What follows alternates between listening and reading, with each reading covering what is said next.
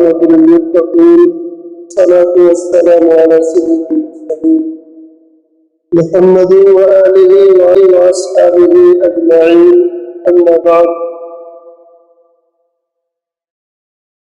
حضور اکرم صلی اللہ تعالی علیہ وسلم نے ایک حدیث میں ارشاد فرمایا کہ جب تم ذی الحجہ کا چاند دیکھ لو تو جس کا تم میں سے قربانی کرنے کا ارادہ ہو اسے چاہیے کہ وہ اپنے بال اور ناخن کاٹنے سے رک جائے.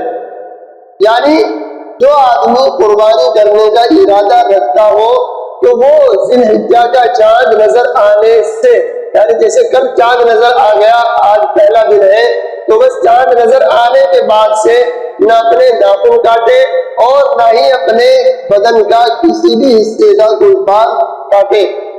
اور یہ حکم استحبابی یعنی مستحب ہے، ضروری اور واجب نہیں. ایسا نہیں کہ اگر کسی نے بال کاٹ لیے تو گناہ ہو جائے گا، نہ ہی قربانی کے اوپر اس سے کوئی فرق پڑتا ہے.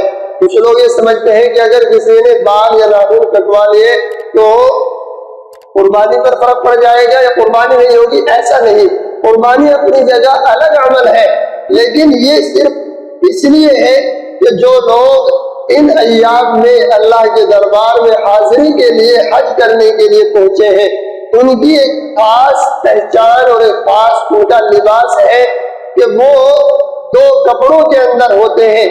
یعنی ایک چادر تہمت کرتے ہیں اور ایک چادر اوپر اوڑھتے ہیں، بغیر سلے ہوئے کپڑے استعمال کرتے ہیں، اس کے علاوہ کوئی کپڑا استعمال نہیں کرتے. اور اسی طرح نہ وہ صابن سے نہا سکتے ہیں، نہ خوشبو لگا سکتے ہیں، اور نہ ہی اپنے بدن کا بال یا ناخن وغیرہ کاٹ سکتے ہیں. تو ہمارے لیے ہم میں سے جس کا ارادہ قربانی کرنے کا ہو، یہ حکم اس لیے دیا ہے کہ ہم ان کی مشابہت اختیار کر لیں، تاکہ ہو سکتا ہے ان کی مشابہت اختیار کرنے پر اللہ تعالیٰ ہمیں بھی ان میں شمار کر لے.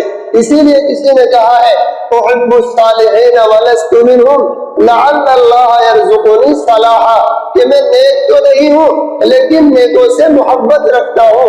ہو سکتا ہے کہ اس محبت کی بنا پر اللہ تعالیٰ مجھے بھی نیکی عطا فرما دے، مجھے بھی نیک لوگوں میں شامل فرما لے.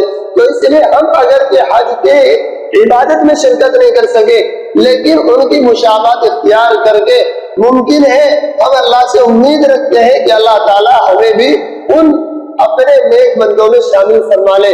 تو اس لیے یہ بال اور ناخن نہ کاٹنے کا حکم ہے. یاد رکھیں ان کے لیے جو قربانی کرنے کا ارادہ رکھتے ہیں، اور یہ حکم بھی صرف مستحب ہے. اگر کسی نے بال یا ناخن کاٹ لیے نہ تو گناہ ہوگا نہ ہی قربانی پر اس سے کوئی فرق پڑے گا. یہ بات اچھی طرح ذہن میں رکھ لیں. اللہ تعالیٰ ہم سب کو کہنے اور سننے سے زیادہ عمل کی توفیق عطا فرمائے.